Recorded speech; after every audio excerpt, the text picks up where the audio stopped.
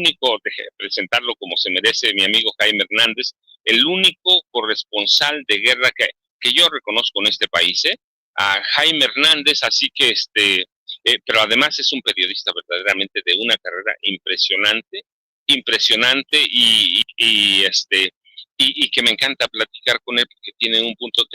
A veces yo pienso que Jaime y yo tenemos puntos de vista similares pero diferentes y se van complementando. Así que Jaime, buenos días, qué bueno que apareces tan temprano. Vicente está ahí en Palacio Nacional tratando de conectarse, pero me da gusto que aparezcas tan temprano antes de que canten los gallos. Así que buenos días, Jaime, ¿cómo estás? Good morning, mira, aquí está Brian, te manda Brian Berto. saludos, te manda saludos, Brian Berto, tu hijo, ya está recuperado del trauma psicológico que le causaste, porque lo despertabas a cachetadas todas las mañanas a las 3 de la mañana, ya pasó por su periodo de tratamiento psiquiátrico, está muy bien, te manda saludos, dice que no te guarda rencor en absoluto. Así es que good morning, querido Paco. Listo para lo que tú me digas, querido amigo. Oye, Jaime, no, es que estaba platicando con la familia Sin Censura, que le agradezco que me aguanten un ratito, pero estaba platicando que una vez que pasó esa cosa llamada guerra Irán-Israel, que sí fue guerra, porque bueno, hubo destrucción, hubo muchos muertos, pero de pronto también parece que fue una farsa preparada por Donald Trump para autopresentarse, que es eso, como candidato al premio Nobel. Ya vimos que le rindieron pleitesía los 27 países de la OTAN, menos España. Bueno, también le rindió pleitesía, aunque hay unas diferencias. Pero pasada esa cosa, ya con las salutaciones de la OTAN ahí, vuelven a cargar contra México. Pam Bondi, la fiscal general, coloca a México en una lista de enemigos de Estados Unidos, por un lado, y por otro lado, el Departamento del Tesoro inmediato coloca 3 instituciones mexicanas como con nexos con el narcotráfico y con organizaciones que se dedican al tráfico de fentanilo. Así que terminó Irán, Israel, y vienen con la bota a nosotros. ¿Qué está pasando, Jaime? Pues está pasando que como bien decías, nosotros somos para Estados Unidos el sospechoso habitual. Cuando se sofocan guerras o cuando están por terminar, siempre miran hacia México, siempre miran hacia la frontera sur, hablan de la necesidad de seguir militarizando la frontera, siguen en este sentido expropiando terrenos a lo largo de la frontera, en Nuevo México, en Arizona, para convertirlas en zonas militares. Y es increíble cómo realmente toda la gente de Donald Trump entiende muy bien que el sospechoso habitual es el sospechoso habitual, el enemigo por default, que es México, siempre funciona muy bien ante sus bases y sobre todo funciona muy bien durante las comparecencias de sus funcionarios a la hora de justificar presupuestos. Tú sabes que justificar presupuestos es muy importante para no solamente justificarlos, sino pedir aumentos de presupuestos, ¿no? En el caso de Paul Bondi, lo mismo que Kristi Noem, hemos visto como en el curso de los últimos días han pedido aumentos de presupuesto para contratar más agentes de inmigración, para construir más centros de entrenamiento. Acaba de inaugurar Kristi Noem un centro de entrenamiento en Virginia Occidental. Y todo esto con esta campaña antiinmigrante que está sangrando la economía de Estados Unidos, pero les importa a ellos más que nada quedar bien con el jefe. Y cada vez que hay estas comparecencias, ellos son muy conscientes de que la prensa nacional, los medios de comunicación nacionales de Estados Unidos, están precisamente a la espera de ese gran titular, ¿no? Enemigos como México, como Rusia, como Irán, los enemigos de siempre, siempre ha sido, siempre, yo no me he cansado de citar al famoso, ¿cómo se llamaba este secretario de Estado de Richard Nixon? Henry Kissinger. Henry Kissinger decía que ser enemigo de Estados Unidos es una cosa peligrosa, pero ser amigo de Estados Unidos puede resultar fatal. Y eso lo sabemos por experiencia propia. Nosotros somos el enemigo, insisto, por default. Así es que no me extraña que Paul Bundy, que de leyes sabe más bien poco, es como el caso de Christine Noem, que es una mujer muy ignorante, pero son fans, son porristas de Donald Trump, querido Paco. Oye, Jaime, y bueno, sí, sí, tienes tu razón. Yo digo que son las Barbies de Donald Trump, y lo digo con mucho respeto porque así es, va. Así es, son ignorantes absolutamente. Cada que abren la boca es para cometer, para decir una barbaridad. Pero en México también tenemos las cosas nuestras. Ha habido en los últimos 2 días un revuelo desde que la presidenta Claudia Sheinbaum Pardo puso sobre la mesa la necesidad de, de hacer una reforma fiscal, de fiscalizar primero al INE, después reformar, reconstruir las llamadas a diputaciones y senadurías plurinominales, y después bajar el presupuesto de los partidos. Pero hay un revuelo grande. ¿Qué está pasando? Por qué ¿Por qué están así los dirigentes de los partidos o senadores como Ricardo Anaya han pegado el grito en el cielo? Ya vamos al autoritarismo, estamos caminando al comunismo directamente, vamos a ser peor que Venezuela, peor que Cuba, peor que cualquier dictadura en el mundo, Jaime. Porque se les acaba su refugio anticorrupción. Esa es la principal razón.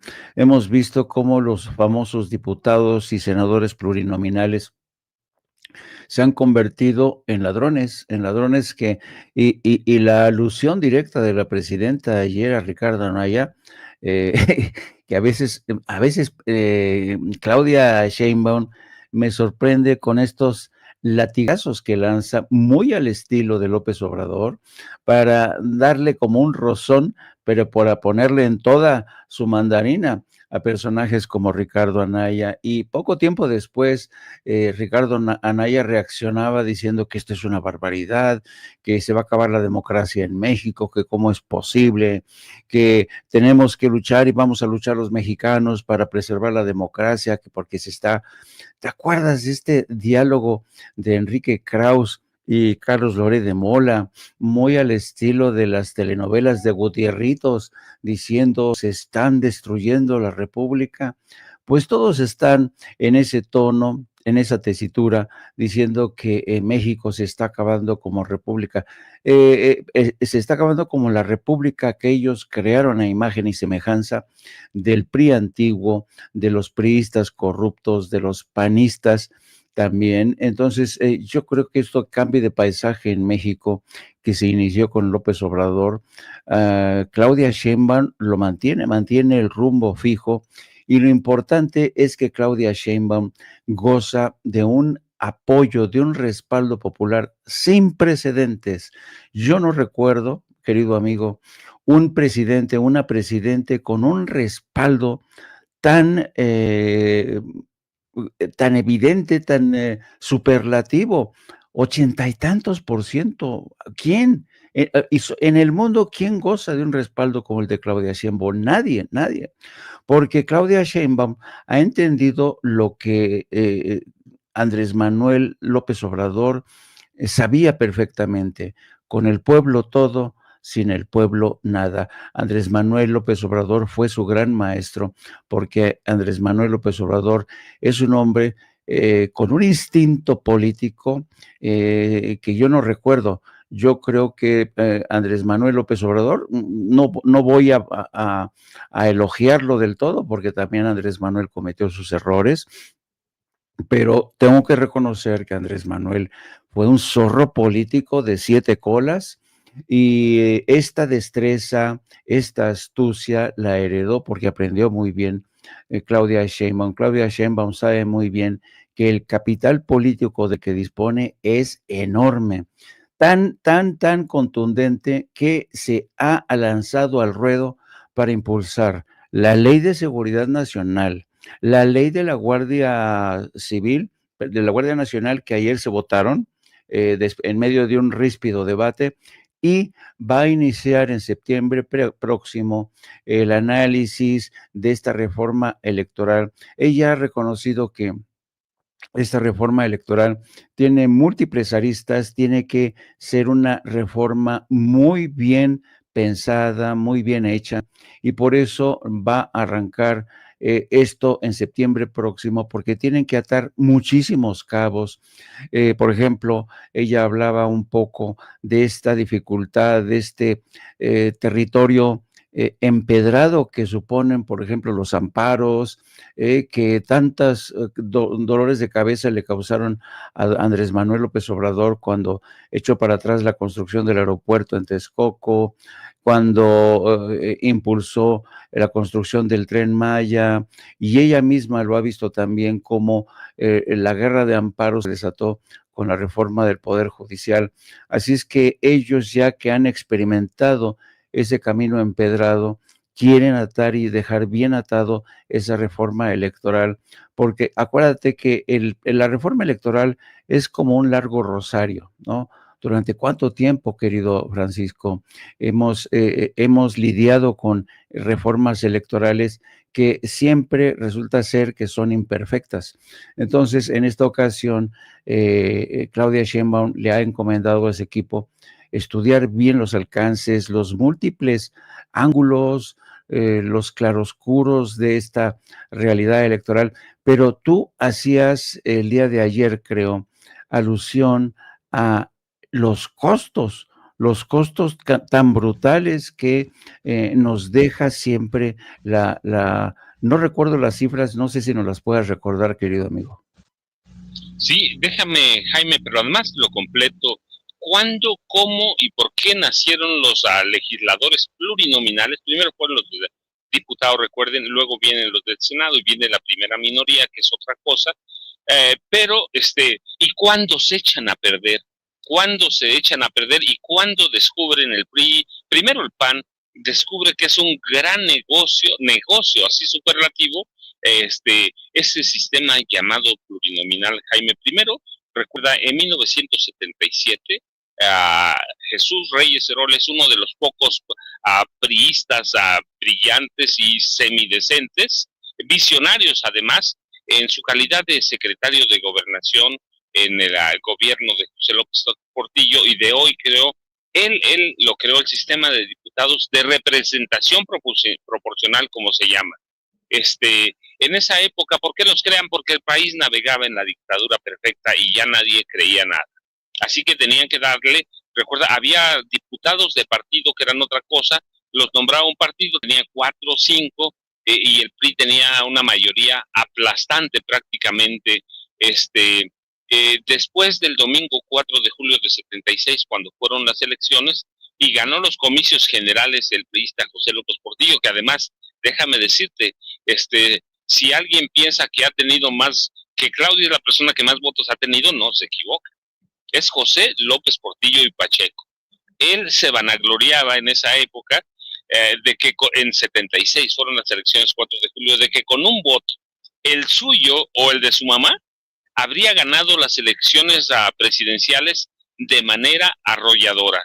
Bueno, no, finalmente recibió el 100% de todo de los votos que se depositaron en aquellas elecciones, Vicente. Así que es el presidente más votado de la historia. Ciertamente el PRI controlaba todo.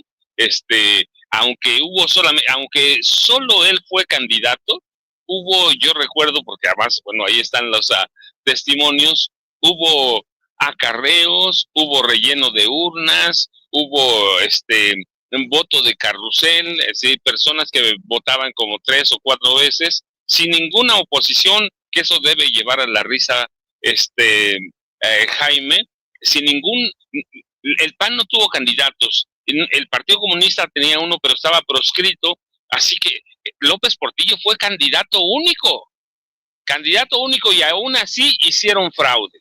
16.727.993 votos. Pero bueno, con ese contexto entienden que tiene que haber una apertura. En abril de 97 empiezan las discusiones y ese mismo año se aprueban 100 diputados de representación proporcional. 100, después le añadirían otros 100 y dejan intocados los 300 de mayoría relativa, y estas reformas se incorporan a lo que llamamos alguna vez la Ley Federal de Organizaciones Políticas y Procesos Electorales, y desaparecen esos poquitos diputados de partido que había, así que tenemos un sistema mixto.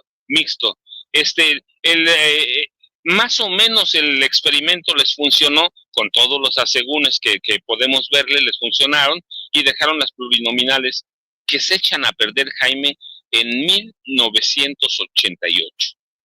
¿Cómo y por qué? Cuando Carlos Salinas de Gortari, el candidato presidencial, los convence y los corrompe. Y entonces el dirigente nacional priista Luis H. Álvarez, que era de Chihuahua, Diego Fernández Ceballos, que después se hizo un gran personaje para los panistas, tanto que lo llaman el jefe Diego, Luis Felipe Bravo Mena y Manuel J. Cloutier, que fue candidato en esas elecciones, ¿te acuerdas? El tercero, bueno, él era el tercero, el segundo era Cuauhtémoc Cárdenas Solórzano. Salinas los convence, les pone sobre la mesa el gran negocio que significaba los ingresos de los partidos, porque no los tienes que justificar para nada, Vicente, para nada, y el negocio de las plurinominales, Jaime. Así que ahí se echan a perder las plurinominales, se echan a perder y terminan en lo que los conocemos ahora, cuates, mafiosos, malvivientes, pillos, se apropian de los primeros lugares de las plurinominales, que es cuando entran. Es cuando los primeros lugares siempre van a ser. Así que se convierte en un refugio de malvivientes, digo yo. ¿Por qué? Porque pueden hacer con los recursos lo que se les plazca la gana, lo que se les plazca. Y por el lado de los partidos, bueno, mira, viene el negocio de tal forma que el año pasado, solo el año pasado, el PAN tuvo un presupuesto superior a 1,200 millones de pesos, Jaime. Eso es el presupuesto federal. Pero aparte, recuerda, como son partidos federales o nacionales, como les llaman, también reciben presupuestos de cada una de las 32 entidades. Así que esa es una millonada que no tienen que justificar. 1,200 más todo lo de los estados, eso es una locura, por lo menos, nada más digo, este es un cálculo, no, luego investigo las cifras, pero más de 2,000 millones de pesos recibió el PAN. Y el PRI está por las mismas, ¿eh? El PRI, además del negocio que hacen con las plurinominales, que también las venden, que también se venden, el año pasado el PRI recibió un presupuesto superior a 930 millones de pesos nacionales, más lo de los 32 estados, más de 1,500 millones de pesos que no tienes que justificar a nadie, Jaime. Ese es el negocio. Por eso hoy yo creo que estamos de acuerdo, urge una reforma de gran calado, una reforma político-electoral de gran calado, que no solo toque las plurinominales, que verdaderamente sí deben existir, sí, sobre otros criterios. Es decir, los partidos pequeñitos, chiquititos, como el PRI y el PAN, deben tener alguna representación. A mí no me gusta, pero bueno, no es mi gusto. Están ahí, estos partidos deben tener una representación, lo mismo que el PBM, el PT, Movimiento Ciudadano, deben tener una representación, pero sobre otras bases. 500 para mí, 200 es mucho, Jaime. Es exagerado. Senadores, igual.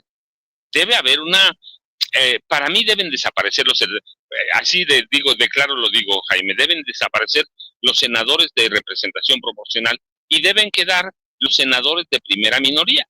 Eso sí deben quedar.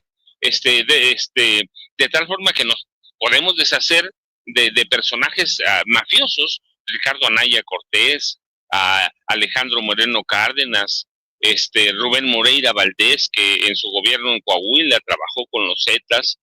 Así que las plurinominales, que son refugios de vagos malvivientes, deben tener otro cariz, y el Senado desaparecer y dejar los que tenemos, las 32 de minoría, de primera minoría, porque eso sí hacen campaña, Jaime. Y luego esta reforma debe incluir que los recursos del INE, Jaime, el voto en este país cuesta entre 18 y 25 dólares por persona.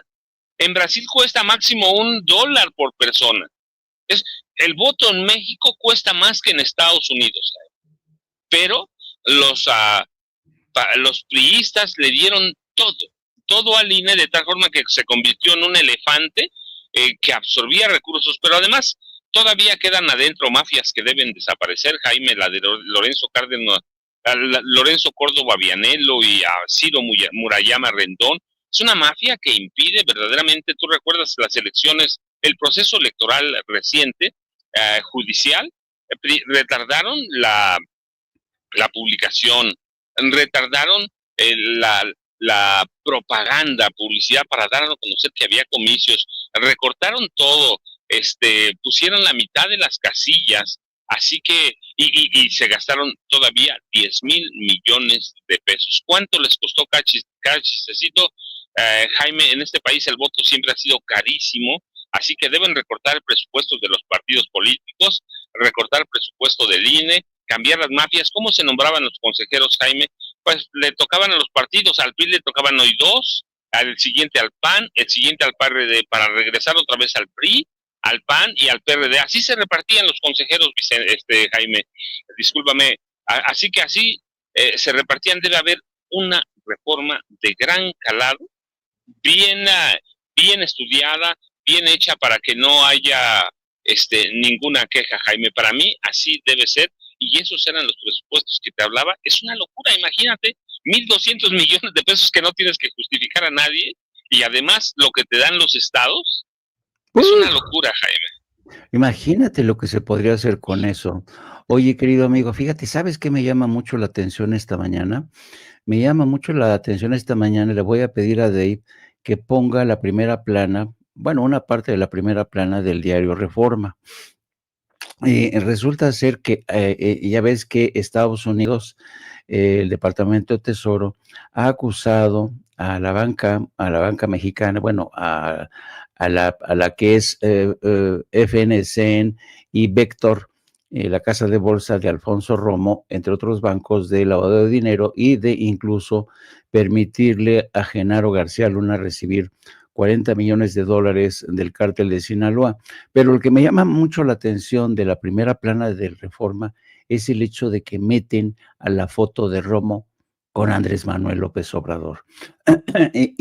Pero esta disputa entre el Departamento del Tesoro ya se enfrentó con la Secretaría de Hacienda, que la Secretaría de Hacienda le ha dicho al subsecretario del Tesoro, que se llama Scott Rembrandt, le ha dicho: oiga, usted nos está acusando con pruebas poco consistentes, le pedimos de favor que revise bien sus datos, porque nosotros, la Secretaría de Hacienda de México, no encontramos indicios de lavado de dinero. Es muy interesante que este enfrentamiento entre el Departamento del Tesoro y el de Hacienda, que Reforma está aprovechando para tratar de exponer a Andrés Manuel López Obrador y Alfonso Romo, que ha sido uno de sus colaboradores más cercanos, cuando ¿te acuerdas que la labor de Alfonso Romo era hacer la labor de interlocutor ante el sector empresarial durante el gobierno de Andrés Manuel? Esto te demuestra hasta qué punto Reforma sigue obsesionado, este periódico sigue obsesionado con Andrés Manuel. Intentan por todos los medios darle un golpe. Mira, aquí está, acusa a Estados Unidos de narcolavado, pero meten a Andrés Manuel López Obrador. Va a ser interesante porque es lo mismo que ha ocurrido con otros casos, de que Estados Unidos nos acusa siempre muy a la ligera, cuando no se trata de políticos. ¿Te acuerdas cuando el famoso premio Nobel Tim Golden en ProPublica acusó o sugirió que Andrés Manuel López Obrador tenía vínculos con el narco, y el presidente una y otra vez le dijo a Tim Golden: te estoy esperando aquí en la mañanera para que me traigas las pruebas? Nunca se pudo corroborar nada de eso. Este tipo de acusaciones a la ligera lo que hacen es tratar de estigmatizar a México, pero dañan seriamente, ¿sabes?, las relaciones bilaterales entre México y Estados Unidos.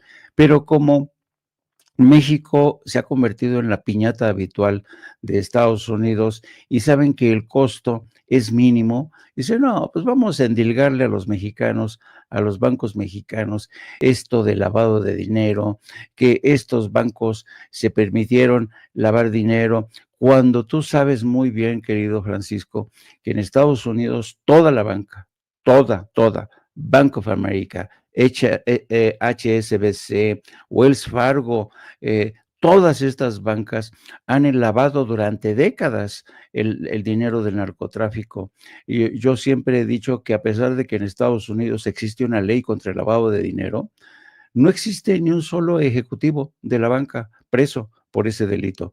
Siempre que se les descubre, llegan a un acuerdo con el Departamento de Justicia y pelillos a la mar, no pasa nada, paguen una multa que puede ser una cifra mínima si se le compara con la cantidad de dinero que han lavado, pero a mí francamente se me hace de una caradura absoluta del Departamento del Tesoro que nos venga a acusar a la banca mexicana y específicamente a banca que tiene que ver con Alfonso Romo, que figuró, estuvo en la órbita de Andrés Manuel López Obrador.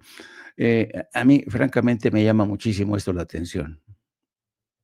Jaime, ¿qué te parece si mientras analizamos esto, también le damos la bienvenida a Norman F. Pearl, que es primero una analista de añísimos, columnista y amigo nuestro, compañero, socio de Parrandas? No, discúlpame, Jaime, Norman, discúlpame, que participamos en de 7 a 9 con Norman. Pero Norman, ¿cómo estás? Ya estamos aquí echándonos de cabeza. ¿Cómo estás? Buenos días. Hola, ¿qué tal? ¿Cómo estás, Paco? Maestro Jaime. Oye, pues Norman, se nos hizo, Norman, hemos colonizado sin censura.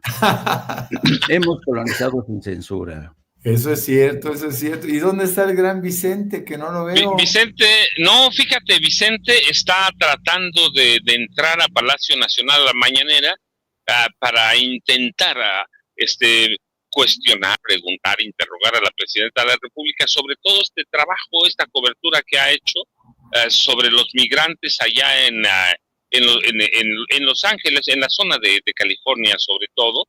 Así que está ahí y ya sabes que de pronto, primero tienes que hacer fila para entrar. Segundo, es complicadísimo, yo no sé por qué, conectarte desde Palacio Nacional. Tienes que pasarte como 1,5 cuadras, a veces 2, para que agarre bien señales tu celular. Yo supongo, y lo platicaba con la familia sin censura, que de pronto, pues debe ser como una cuestión de seguridad nacional, no abrir toda la señal en Palacio Nacional. Y luego cuando hay gente en el Zócalo, pues es imposible por el ancho de banda. Así que ahí está Norman, pero bienvenido. Estábamos tratando esto de los bancos, pero Norman también conoce mucho sobre esta posible reforma electoral, la alarma en el PRIAN y todo lo que está pasando. ¿Por qué tanto miedo, Norman, a esta eventual reforma electoral que por lo menos vislumbró la presidenta Claudia Sheinbaum Pardo? Bueno, pues es evidente que les duele que esta posibilidad esté en el aire. Ya explicó de alguna forma la presidenta que sería que en septiembre se empezaría a trabajar, pero que ella pensaba que quizá no ingresara ni siquiera a las elecciones de 2027. Es decir, lo está tomando con calma, es un poquito una advertencia de que debe de existir una reforma electoral en virtud de todos los inconvenientes que se han venido presentando con el INE, pero el INE fundamentalmente, y lo decíamos anoche, el INE es un ente demasiado caro, es un ente que comparativamente con el extranjero es el voto más caro. Entonces, sin duda alguna se puede hacer algo, seguramente se hará algo, y eso será en beneficio, obviamente, del bolsillo de los mexicanos. Vamos a invertir menos en un organismo que es terriblemente oneroso, ¿no? Ahora, por otro lado, y yo creo que ese es uno de los graves problemas, lo que realmente les aterra es perder prerrogativas, es perder dinero, ¿no? ¿Por qué? Porque, por ejemplo, Alito Moreno como presidente vitalicio del PRI, ¿no? Es un individuo que toda su vida ha vivido de la política, nunca ha hecho nada, ninguna otra cosa en su vida. No ha trabajado en áreas distintas y bueno, pues el tipo está aterrado, pues piensa abiertamente y con cierta razón que van a perder prerrogativas, que van a perder dinero. Los partidos políticos mexicanos también son carísimos. Entonces, esa es la oportunidad de que los partidos políticos puedan sobrevivir por sí mismos. Anoche yo le decía, el presidente López Obrador siempre insistió en la necesidad o en el ideal de que los partidos políticos no recibieran dinero del gobierno, no recibieran dinero del presupuesto, que un partido político viva de la militancia, que sea esa militancia la que inspire al partido, la que ayude, la que conforme partidos. Así se deben de ser los partidos políticos, a través de una manifestación de voluntades, de pequeñas aportaciones, pequeñas cuotas. Si ustedes ven, por ejemplo, que no se ha cumplido, pero si ustedes ven los estatutos, la declaración de principios de Morena, ahí se establece que el partido vivirá a partir de pequeñas aportaciones de sus militantes.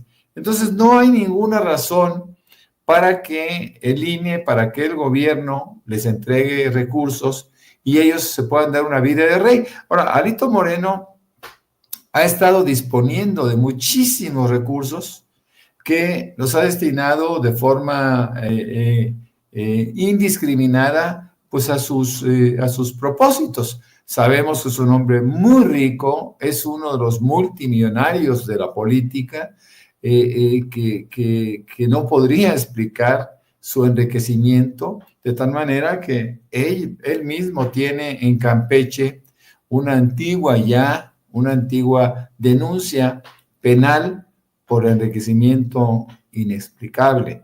Entonces, les aterra. Ricardo Anaya en su vida ganó una elección, jamás ha ganado elecciones. Él siempre ha sido plurinominal. Entonces también está muy preocupado de no poder seguir con su brillante carrera política. Tampoco nunca en su vida ha hecho nada. Jamás ha trabajado en nada, salvo una pequeña temporada en el gobierno del estado de Querétaro. Fuera de ahí, siempre ha estado al amparo de los recursos de prerrogativas en favor de principios. El señor Moches, como le llaman mucha gente, y tiene su sentido, ¿no? Él repartía dinero a todos los diputados y se quedaba con una parte. El señor Moches es un individuo que no sabe qué hacer sin la política, no sabe qué hacer o no sabría qué hacer fuera del presupuesto que recibe el PAN, ¿no? Así que, pues bueno, es normal que esta gente esté terriblemente preocupada por perder sus privilegios, ¿no? Es gente menor realmente en términos de aportación política y bueno, vamos a ver qué pasa. Ojalá que la presidenta le diera velocidad a esta reforma a la ley electoral, mis queridos Paco y Jaime. Déjenme decirles que Toño Ruiz, querido Toño Ruiz, me está enviando la explicación de por qué la salida de señal desde Palacio, la señal de internet claramente de Palacio Nacional es complicado por la estructura de piedra de Palacio Nacional. Es lo que dicen en Cepropié. Seguramente tienen razón en una parte. Las paredes son, además la piedra, ¿no? Es difícil que cruce la señal de internet. En los techos también Pero yo todavía, es decir, sí creo en esa versión, la verdad. Mi casa en la Ciudad de México, muy cerca del centro histórico, es de adobe, que son paredes gruesísimas, y de pronto sí cuesta trabajo, pero también supongo que debe ser una especie de protección a Palacio Nacional, así que no tengo idea, pero ya lo investigaremos, pero oye Jaime, um, Zoran Mandamni, demócrata de Nueva York, ganó las elecciones primarias. ¿Qué representa esto para el Partido Republicano? Trump se ha pegado una encabronada, pero en serio, ¿sí? Comunista radical, lunáticos, no sé, cualquier calificativo le ha quedado corto a Donald Trump, pero ¿qué representa?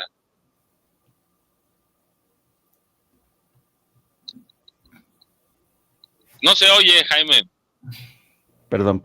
Es muy interesante. Va a ser nuestro traductor de señas, discúlpeme, Jaime va a ser el traductor de señas, así que, pero Jaime, no, aquí te escuchamos. Hasta hace poco, Zoran Mandami era considerado el improbable nuevo candidato demócrata a la alcaldía de Nueva York. O sea, mucha gente decía, no, con ese nombre ocurrió un poco como Barack Obama, ¿no? Decían, no, con ese nombre, ¿cómo, no?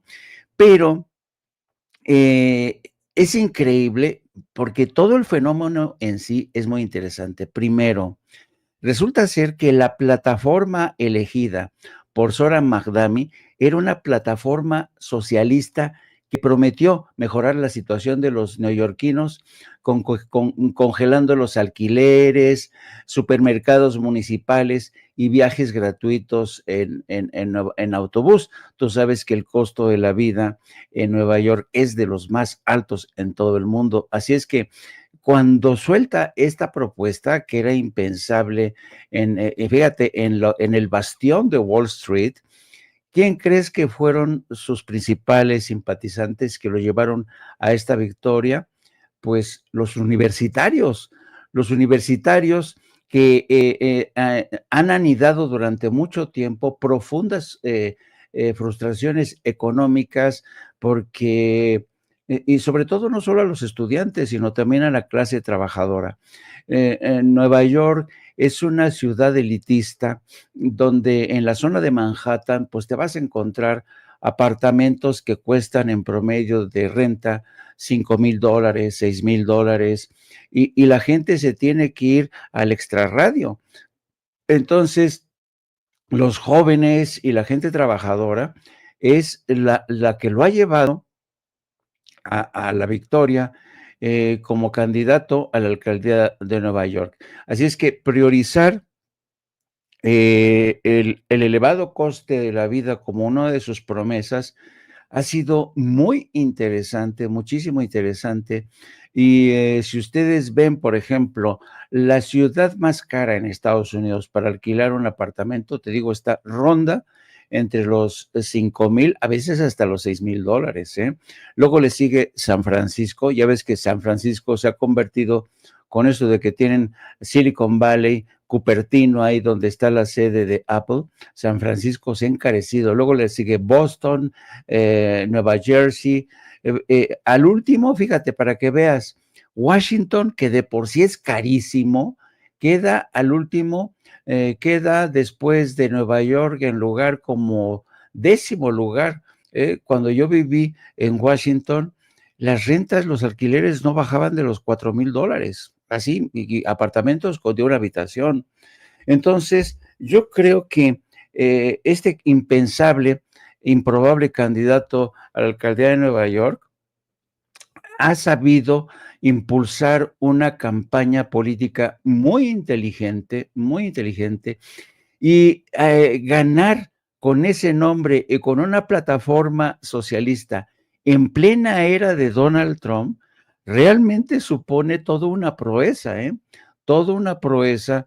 Y no estoy diciendo que este hombre en el futuro sea presidente de Estados Unidos, aunque no lo descarto. Cosas más raras hemos visto en Estados Unidos. pero se convierte en un firme aspirante a la candidatura de Nueva York. Y esto es muy interesante porque este candidato ha conseguido galvanizar a esa base demócrata, a los jóvenes sobre todo, que se habían quedado en la orfandad en medio de escándalos que afectaron a los Cuomo, con escándalos de corrupción, al actual alcalde que tuvo que permitir que Donald Trump rompiera el espíritu de esa ciudad como ciudad santuario a cambio de perdonarle varios escándalos de corrupción. Así es que Mamdani llega con una frescura impresionante, es un hombre limpio, es un hombre que se ha ganado el afecto, el apoyo de la base, así es que es realmente, yo creo que no se ha hecho un análisis lo suficientemente detallado para entender la estrategia de este candidato, que a mí en lo personal, este tipo de historias desde el punto de vista político me fascinan. Yo supongo que Mamdani, no sé sus orígenes, supongo que es de origen afgano, pero es interesante. Musulmán de Uganda, Jaime, musulmán de Uganda, progresista, es socialista, así que sí tienes razón, debe sacudir a toda la política neoyorquina, es como una especie de triunfo histórico, Jaime. Sí, y además no hay que tener en cuenta contra quién se enfrentaba, contra el exgobernador de Nueva York, Andrew Cuomo, pero tú sabes que Andrew Cuomo salió por patitas después de un escándalo de corrupción que afectó incluso a su hermano, presentador de la cadena CNN. Entonces es muy interesante, la verdad, muy interesante cómo ha ascendido parpadeamos. Todo Estados Unidos estaba pendiente de la guerra en Irán, nadie le daba muchas posibilidades a Mamdani, parpadearon y de repente, ¡pum!, viene la victoria de este candidato, ahora candidato del Partido Demócrata a la alcaldía de Nueva York. 33 años, Jaime, Uganda. Sí, nadie piensa, pero ya lo decías tú bien, tampoco nadie pensaba que Barack Obama podía ser presidente de Estados Unidos. Así que pues vamos a tener, como dices tú, a quien derrota, Andrew Cuomo, un símbolo de la política de Nueva York, pero ya tendremos tiempo para desarrollarlo. Mientras, déjame, aquí tenemos a Norman, así que hay que aprovecharlo, hay que explotarlo un ratito a Jaime. Norman, yo tengo una pregunta que me queda siempre duda. ¿Quién ganó la guerra? ¿Quién ganó la guerra Israel-Irán? Voy a ser muy honesto. Creo que esa guerra la ganaron los ayatolás, el ayatolá Jamenei y Netanyahu. ¿Por qué razón? Porque ambos van a prevalecer en virtud de que los dos se asumen como ganadores de la guerra. Ahora, ¿qué tan razonable es que estos individuos sigan al frente de sus respectivos pueblos? Bueno, pues yo creo que no. Yo creo que es un retroceso en la evolución democrática que debieran tener ambos países. Israel, por su parte, pues tiene a un sujeto que ha hecho una matanza en Gaza que de una manera infortunada el mundo no ha sancionado como se debiera, por lo menos los gobiernos, porque los pueblos del mundo alzan su voz, hacen marchas, estamos en redes sociales llenos de información de lo que está pasando en términos individuales, con familias en Gaza y en general en Palestina, porque en Cisjordania también hay problemas muy serios. Entonces, el hecho de que siga Netanyahu al frente del gobierno, estimulado por este triunfo, entre comillas, pues la verdad es que es algo inaudito, porque ese señor debió haber salido hace mucho tiempo. Yo me acuerdo todas las marchas, las protestas de la gente israelí en Tel Aviv, en Jerusalén, en muchas ciudades colonizadas por estos grupos y pues aparentemente no lograron tumbarlo del poder como se suponía debía de ser. En el caso del ayatollah, pues él hace un cambio dramático a partir de la salida del Shah de Irán, que posteriormente es exiliado, inclusive en México, y fallece. Bueno, ¿cuáles son los beneficios que tiene el pueblo? Hay una pequeña evolución económica, se quitan algunos lastres. No hay que olvidar que el Shah de Irán fue un asesino, fue un tipo que hacía persecución de muchos grupos en su país, pero por otro lado establece una serie de condiciones de supervivencia muy duros. Por ejemplo, la circunstancia de perder muchos derechos humanos en Irán. Y el hecho de seguir también manteniendo ese atosigamiento cultural, religioso, sobre las mujeres, en donde se les ubica en una circunstancia de segundo nivel con respecto al hombre, ¿no? No pueden manejar, tiene que ir una persona con ellos, acompañándolos, un hombre. Los hombres les tienen que dar permisos prácticamente para todo. La mujer en Irán sufre una terrible discriminación por género, y eso son de las cosas que se tienen que abatir y que difícilmente se van a lograr con este triunfo que por su parte se abroga el ayatollah y todo el grupo dominante en Irán. Entonces yo creo que los grandes perdedores son los dos pueblos y los ganadores son estos políticos que eventualmente tienen que ponerlos ya en la palestra para hacerles juicios, ¿no? En términos militares, pues nos damos cuenta también que es Irán quien logra mayores triunfos, entre comillas, porque destroza muchísimos sitios que son fundamentales en términos sobre todo militares de Irán, y lo más importante, pierden a más de 400 personas, pierden la vida por esos ataques de Israel a Irán y quedan alrededor de 5,000 heridos. En el caso de Israel es distinto, sí se logra, por primera vez se logra penetrar este domo de hierro, se pone en evidencia que no es precisamente un área de defensa total. Se dan cuenta que con determinados proyectiles o misiles iraníes queda en entredicho esta aparente fortificación global, y también tienen sus daños, ¿no? Estamos hablando, por lo menos los que reconoce el gobierno de Israel, 25 muertos y centenas de heridos. Siempre se pierden, todas las guerras, todo el mundo pierde, especialmente el pueblo, pero en este caso hay ganadores, y yo creo que ambos son ganadores, reitero, en virtud de que van a seguir manteniendo estos regímenes que son despiadados, ¿no? Sí, yo estoy de acuerdo con Norman. La verdad es que los dos ganan, los dos se mantienen. Yo siempre doy un poco más a Irán, al ayatollah Jamenei. ¿Por qué?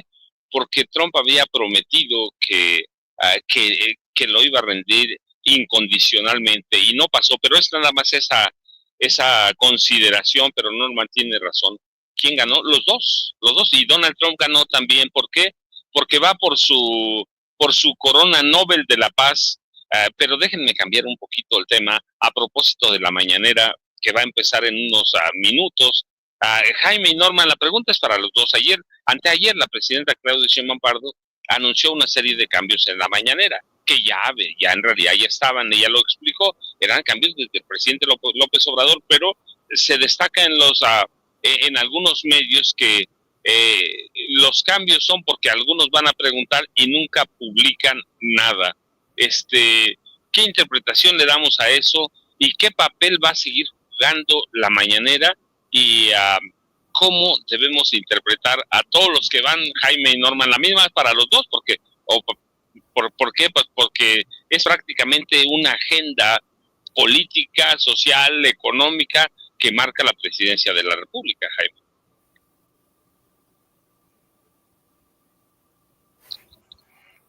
No se oye.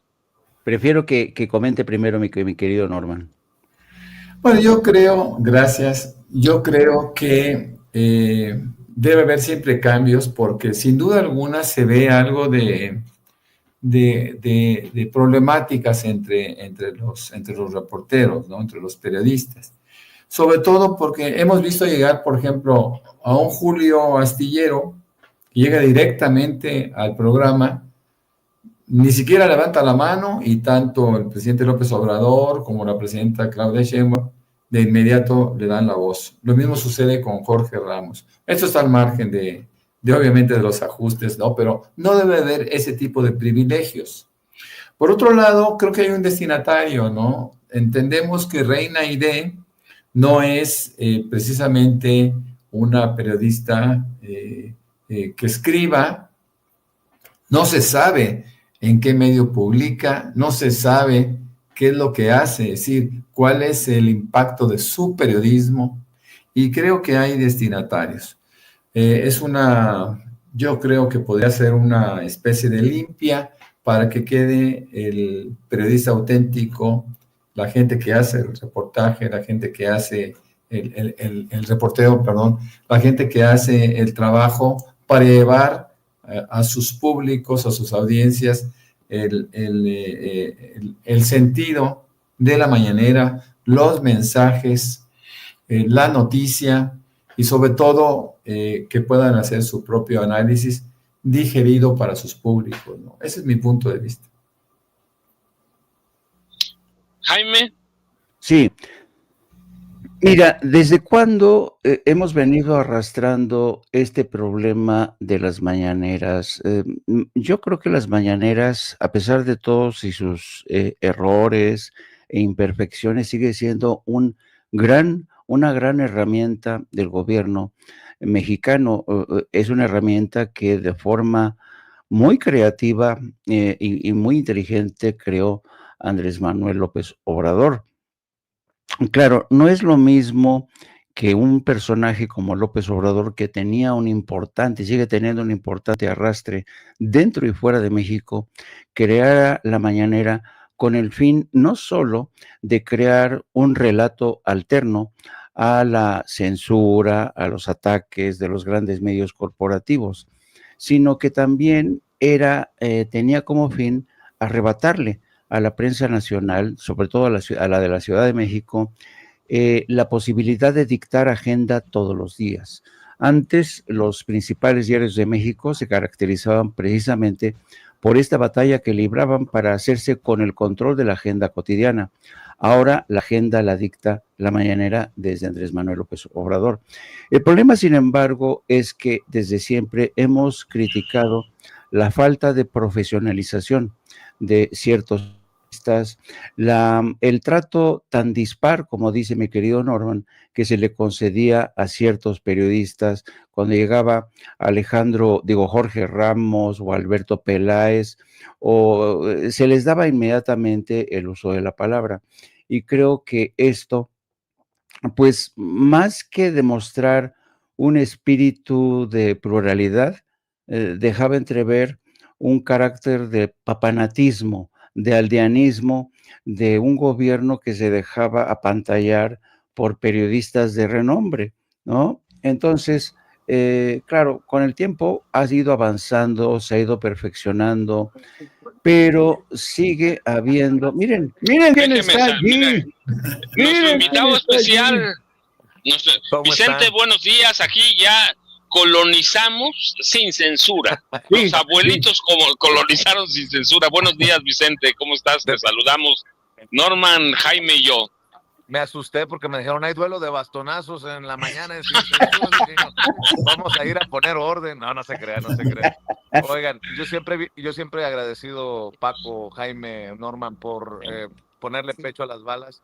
En la madrugada tomamos un vuelo desde Los Ángeles para asistir a la mañanera, estamos en primera fila, porque considero importante plantearle a la presidenta lo que hemos ido documentando en estas 2 semanas de cobertura en el área de Los Ángeles en relación a las protestas, a las redadas, y bueno, porque hay agenda importante, ¿no? El que resuciten a Sergio Aguayo es alucinante, es un tema candente, sobre todo para la gente de abajo que no entiende el razonamiento, la lógica, y creo que son reflexiones que estoy seguro hará la presidenta en esta mañanera del pueblo. Y bueno, el tema de los migrantes, que es el que nos mueve, ustedes saben muy bien.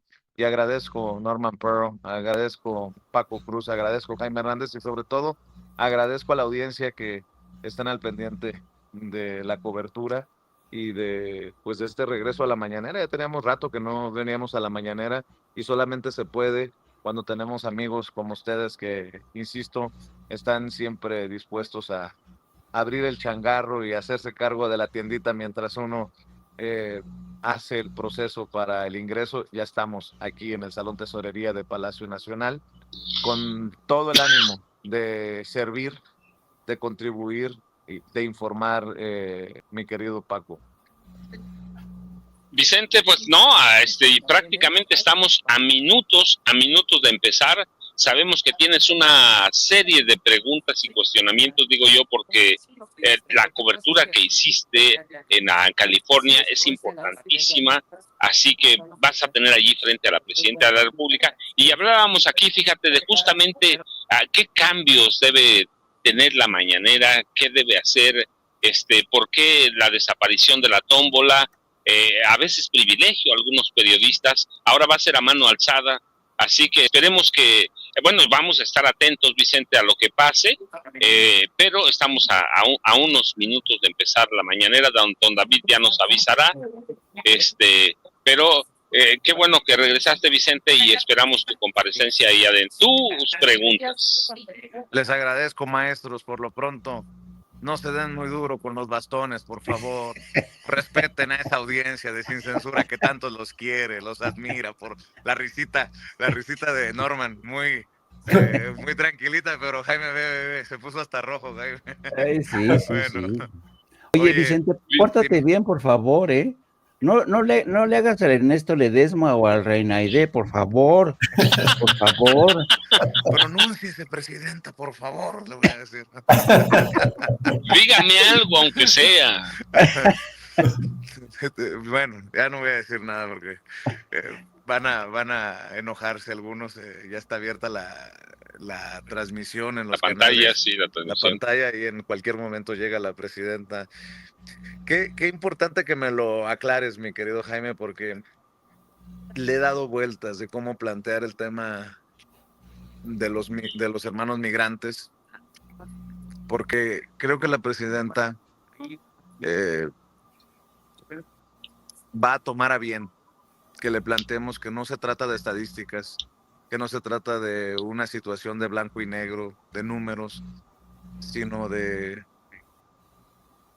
gente que cierra sus negocios por miedo para no salir a la calle y evitarse ese encontronazo con ICE.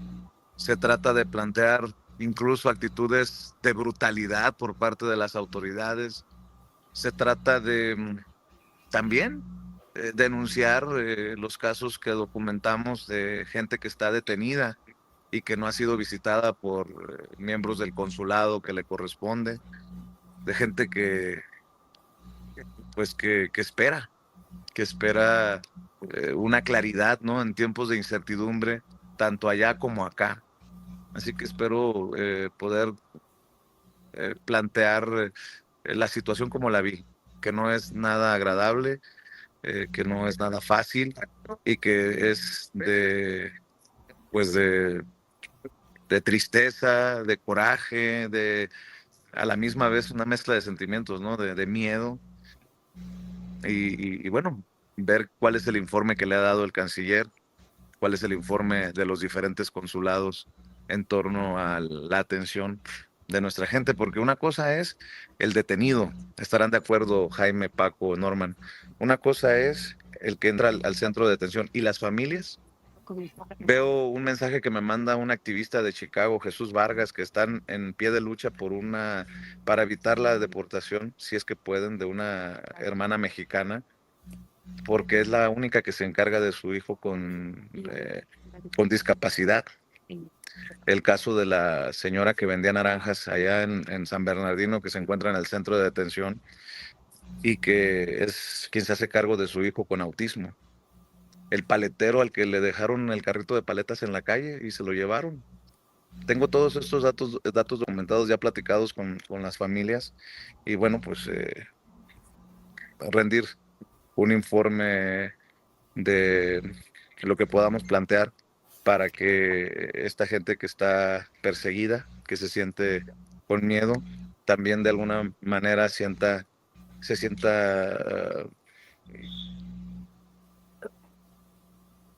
que no está sola. Ese es el punto. En momentos en que hasta la fiscal general de Estados Unidos habla de que México es adversario de Estados Unidos, pues solamente te puedes imaginar cómo ven a nuestra gente en esos círculos de los más altos niveles en Estados Unidos. Y también confirmarle a la presidenta que no es una cacería de peligrosos delincuentes, se está convirtiendo en una cacería de paleteros, de vendedores de flores, de vendedoras de naranjas, de eloteros y de jornaleros en centros como los Home Depot. Así que adelanto parte de lo que espero que reciba la presidenta del trabajo que estamos haciendo aquí en Sin Censura y que lo estamos haciendo todos.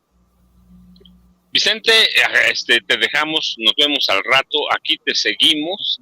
Estamos, son 7:30 prácticamente, pero aquí estamos pendientes de todo lo que pase ahí adentro y platicamos al rato, Vicente, en tu espacio que te robamos hoy.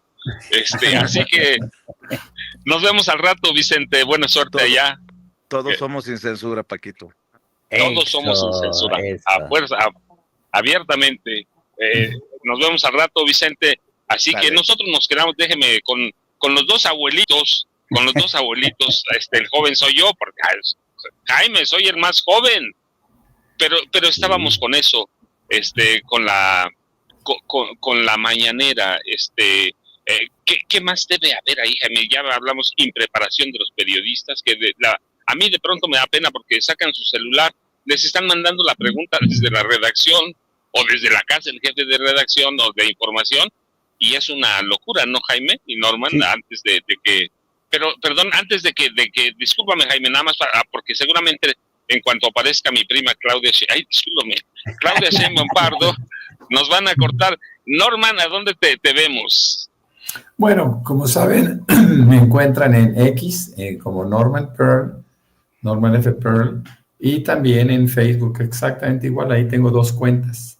Y claro que a las 7 de la noche nos pueden ver en un programa que se llama de 7 a 9 de la noche con Norman Pearl, pero que realmente esa es una cooperativa, ¿no?, que tengo con ustedes y me da mucho gusto. A las 2 de la tarde nosotros también vemos No Apto para Cínicos y también te vemos en una videocolumna que haces. Así que, bueno, pues estamos entregados a la información, pero es muy fácil que nos localicen y que nos vean, especialmente de 7 a 9 de la noche, que es un programa especial que van haciendo, pero que lo hacemos con muchísimo gusto, ustedes lo saben muy bien. Jaime, 2 a 3:30, no me cuentes a mí, 2 a 3:30, No Apto para Cínicos. Así es, No Apto y 7 a 9 con Norman Pearl. Sí, pero voy a aprovechar este espacio porque tú sabes que yo soy el presentador estrella de 7 a 9 con Norman Pearl, y Norman me sigue sin conceder el tema de la maquillista que le he pedido. Norman, por favor, que sepan nuestros seguidores que a pesar de que soy el presentador estrella, no me quieren poner, amigos, maquillista para que me me ponga más guapo, porque aquí arriba de mí este señor me sigue robando fans, así es que hago aquí mi reclamo públicamente para que me pongan mi maquillista de 7 a 9 con Norman Pearl, no apto para cínicos, y en las redes sociales @Jaime Journo. ¿Y qué nos faltaba de la mañanera, Jaime? ¿Qué deben hacer los periodistas de la mañanera, Jaime? Lo que nos alcance, ¿va? Pues fíjate que yo diría que ojalá que un día de estos la mañanera deje de convertirse en esa corte de los milagros, a donde van todo mundo a hacer preguntas que tienen que ver con problemas de terrenos, problemas muy locales, muy localizados, que corresponden a autoridades municipales o estatales.